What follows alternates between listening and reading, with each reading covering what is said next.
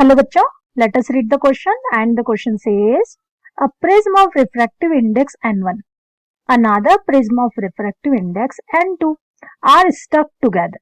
तो हमारे पास दो प्रिज्म है ना, जिनका रिफ्रैक्टिव इंडेक्स जो दिया गया है अलग अलग है n1 एंड n2. उन्हें हमने क्या कर दिया है, स्टक कर दिया गया, ज्वाइन कर दिया, जोड़ दिया without a gap as shown in the figure.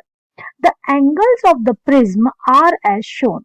तो जो एंगल ऑफ प्रिज्म है ना, वो हमें गिवन है. ये एंगल ऑफ प्रिज्म 60 डिग्री दिया है और दूसरा एंगल ऑफ प्रिज्म जो दिया है वो हमें क्या दिया है, 70 डिग्री.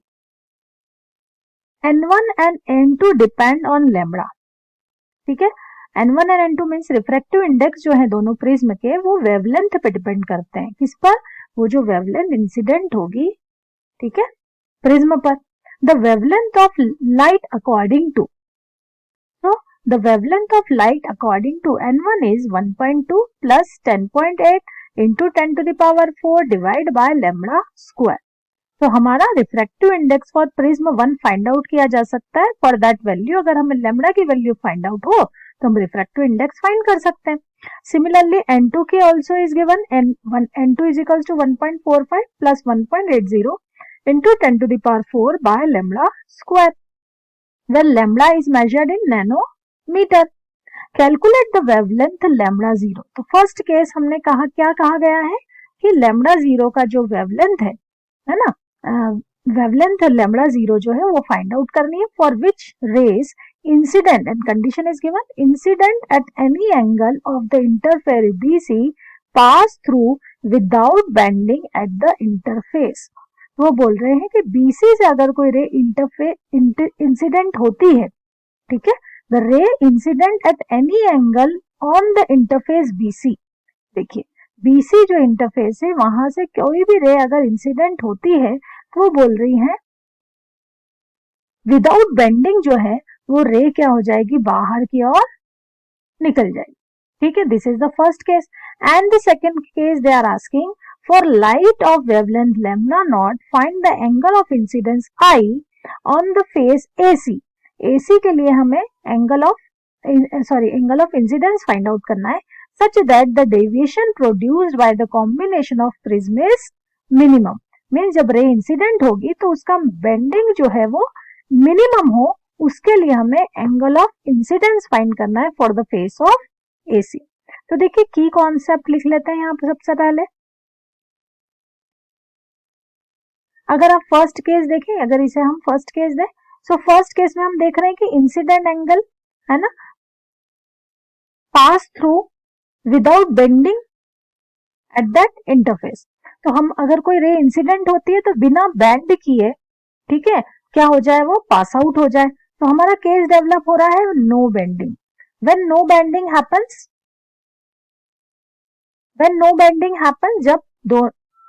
जब रे जिस एंगल से इंसिडेंट हुई है उसी एंगल से इमर्ज आउट हो जाए, करेक्ट, और नो बेंडिंग लिख सकते हैं. तो अगर हमारी बेंडिंग नहीं हो रही है, इसका मतलब है प्रिज्म 1 और प्रिज्म 2 है ना का रिफ्रैक्टिव इंडेक्स जो होगा, म्यू जो होगा, वो क्या होगा, सेम होगा. ओके, तो हम इस केस में कह सकते हैं for that case, for no bending case, refractive index n1 and n2 will be equal.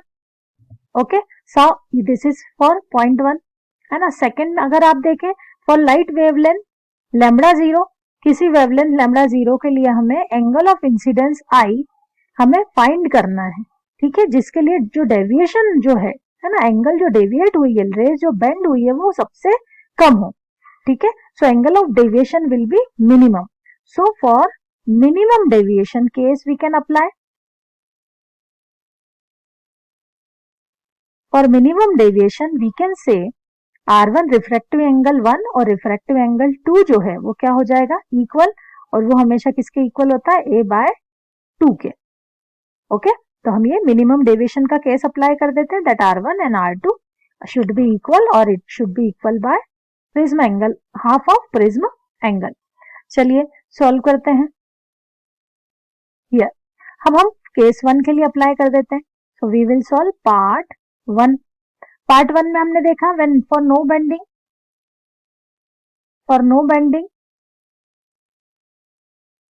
n1 refractive index of first prism should be equal to the refractive index of second prism. So we can say 1.2 plus 10.8 into 10 to the power 4 by lambda square, और lambda naught दिया हमें, wavelength for a particular wavelength दी है, ठीक है, is equals to 1.45 plus 1.8 into 10 to the power 4 divided by lambda naught square. So by transporting, we can write like 1.45 minus 1.2 is equal to, okay, is equals to 10.8. अब मैं क्या कर रही हूँ, 1 by lambda 0 is taking common. So this will become 10.8 minus 1.8 and 10 to the power 4 I have taken common. ठीक है, so here only you will get 1.45 minus 1.2. So this will be 0.25. We will write 0.25 is equals to 1 by lambda naught square, and over here we have with 10.8 minus 1.8. So we can simply write 9 into 10 to the power 4. So we need to find the value of lambda naught square will be equal to 9 into 10 to the power 4 divided by 0.25, or simply we can write 9 into 10 to the power 4 into 4, 1 point है ना, 0.25 को solve करेंगे. So we can write lambda 0 square is equals to 36 into 10 to the power 4, और lambda 0 value is 6 into 10 to the power 2. तो ये हमारा first part solve हो गया. ये वेवलेंथ हमने फाइंड कर ली है 6 into 10 to the power 2. Now अब हमें क्या फाइंड करना है, फॉर लाइट वेव लैम्बडा 0. अब हमें wavelength lambda 0 is given, lambda not is given, find the angle of incidence. ठीक है, so first of all we will find the angle of incidence.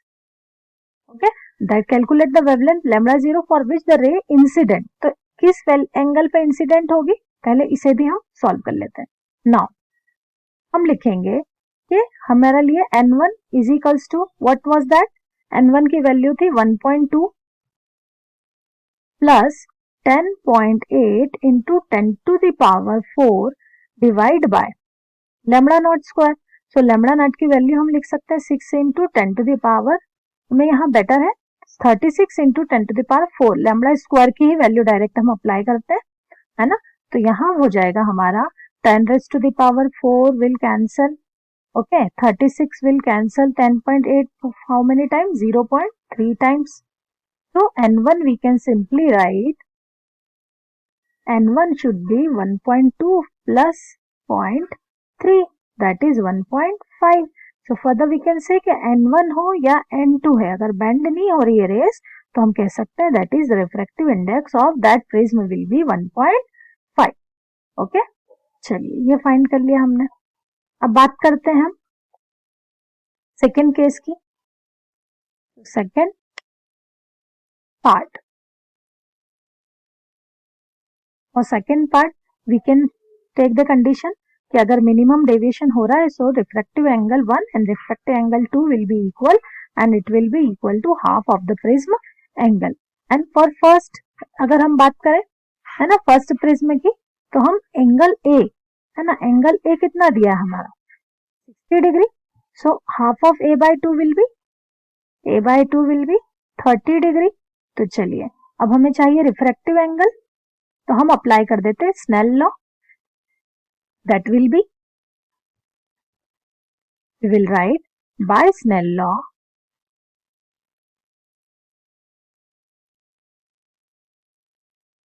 We can write refractive index is equals to sine of i by first refractive index की बात करें तो sine of R1 because 2 refraction is, है ना, taking place. अगर हम refractive index की बात करें तो फर्स्ट मीडियम के लिए हमारा, है ना, फर्स्ट प्रिज्म के लिए रिफ्रैक्टिव इंडेक्स n1 है, is equals to sine of i, है ना. साइन ऑफ आई हम क्या लिख सकते हैं, इंसिडेंसी फाइंड करना है हमें। R1 रिफ्रैक्टिव एंगल हमें पता चल गया है, साइन ऑफ R1 और R2 both are equal, that will be equal to sine of A by 2. So N1 is equals to sin I by sin 30. A by 2 is 30 degree. N1 की value भी हम place कर सकते हैं, तो N1 की value हमने find out कर ली है 1.5, so that will become 1.5 into sin 30 is equals to sin I, or we can say 1.5 into 1 by 2 is equals to sin of incidence, so that will be 0.75 is equals to sin I, or we will write I is equals to angle of incidence is equals to sin inverse 0.75. That will be our final answer of part 2. Okay, तो यहाँ हमने दोनों ही question solve कर लिए हैं। Okay, यहाँ हमने value find कर ली है N1 is equals to N2 condition से, और ये एंगल ऑफ इंसिडेंस फाइंड किया है। So I hope this explanation will be helpful to you. Thank you so much बच्चों।